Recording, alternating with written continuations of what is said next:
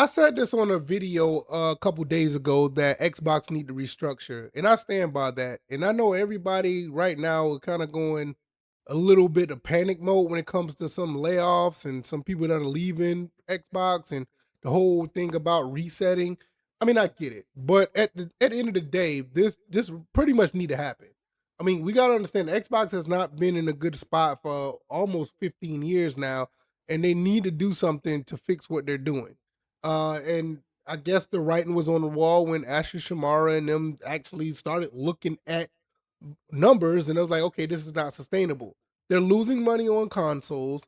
They're they're not making any money off anything else that they're doing because they only got a 3% margin of profit. It's just not enough. So I'm just going to just reiterate this again. You know, they just need to destroy and rebuild.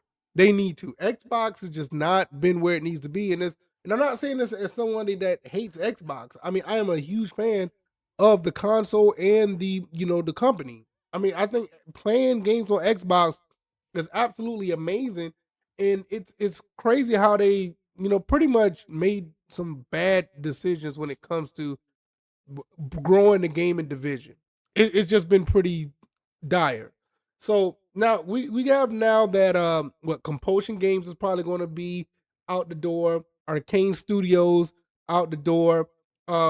Craig Duncan has stepped down. He's been there for a while, and I don't know. I mean, he's been there for like what 15, 16, 20 years, but he was been in the role of the head of Xbox Game Studios for what 18 months, and he's gone. Something isn't right about what's going on here, and they need to find a way to fix this. Ashley Shamara already said that they have issues with selling consoles, and they don't think that the $1,000 price point of an Xbox Project Helix or whatever they want to call it is going to be sustainable. I don't care what anybody says when it comes to gaming. I don't think that the world or the gaming world will get used to $1,000 consoles. I just don't see it. Now I could be wrong because there was at one point people said that people not going to be good with the $600 consoles when the PS3 came out, and we saw that played out, and that was scaled back because nobody really hit that $600 mark until these RAM prices got outrageous. So I don't know, maybe 1,000. I just don't see it. But at the end of the day, I wouldn't do it. I don't think I would do it. Not at this point, because I don't want to get into all that. I would just say this: Ashley Shamara may know something that we don't know when it comes to marketing and how what their numbers look like when it comes to $1,000 console. So now you're looking at that. You're looking at all the other things that we've been talking about. Xbox need to destroy and rebuild.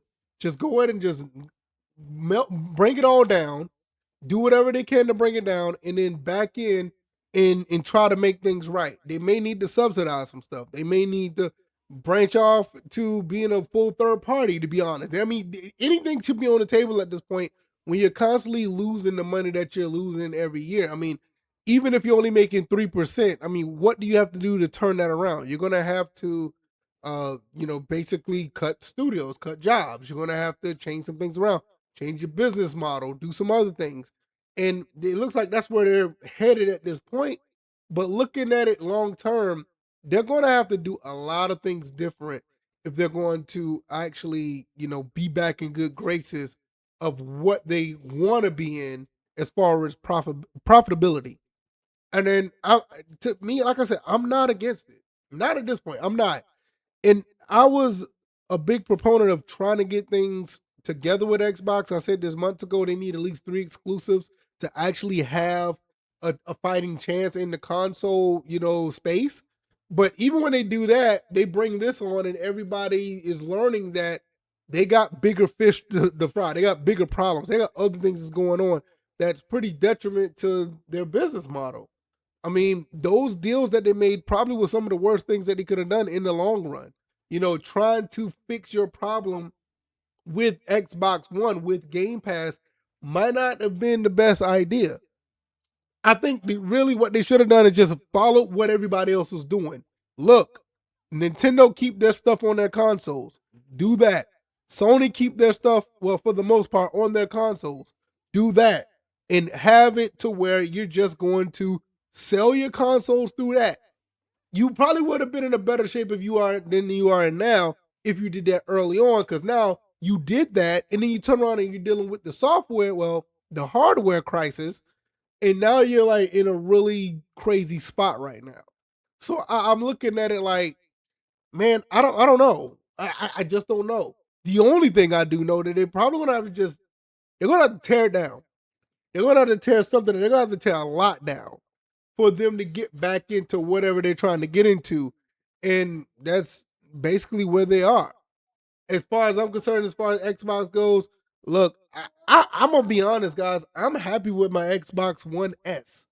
I bought an Xbox One S a few days ago for $45, and I can play some of my games on my Xbox One S. I'm not worried about the Series X.